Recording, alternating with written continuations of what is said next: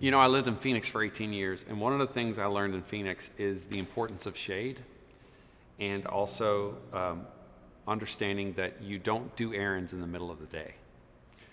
When you live in the desert, if you're going to go anywhere, if you're going to run errands, you don't want to go between like noon and 5 because the steering wheel is literally melting and it will chemically bond to your hand.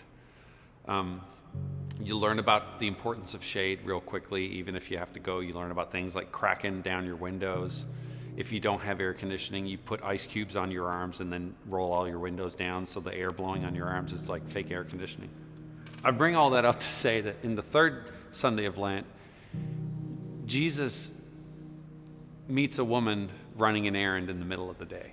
And so you have to ask the question, why?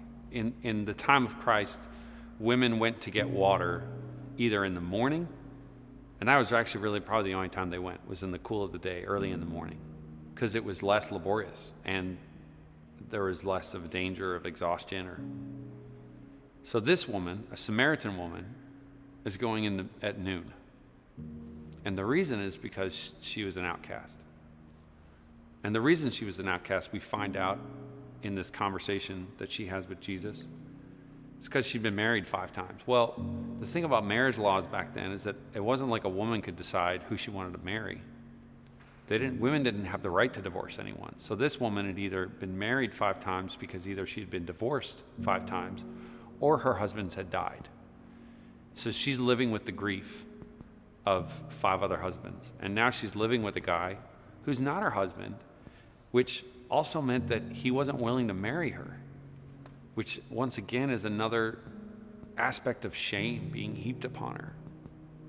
But Jesus, walking from Judea to Galilee, either has to go around Samaria, like a lot of Jews would do, because they didn't want anything to do with Samaritans, even though they were half Jewish, or he can walk straight through it. And so he walks straight through it. But once again, he's walking in the middle of the day. So you have to ask the question, why is the Son of God walking in the middle of the day, except not to have a divine encounter with a woman who's been thrown out 5 times, with a woman who's been outcast from society? Could God really be that unbelievably merciful and intentional that he would choose to scandalize anyone who would come across and see a Jewish man talking with a Samaritan woman, asking for water to drink, talking to her about living water, then talking to her about worship? That's the God that I know. That's the God that I believe in, because he's been willing to do it for me.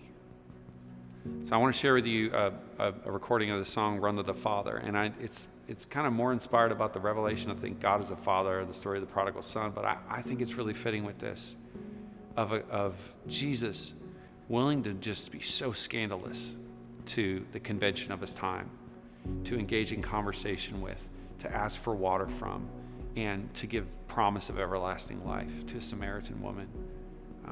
He wants to do the same in each of our lives. This song's called "Run to the Father."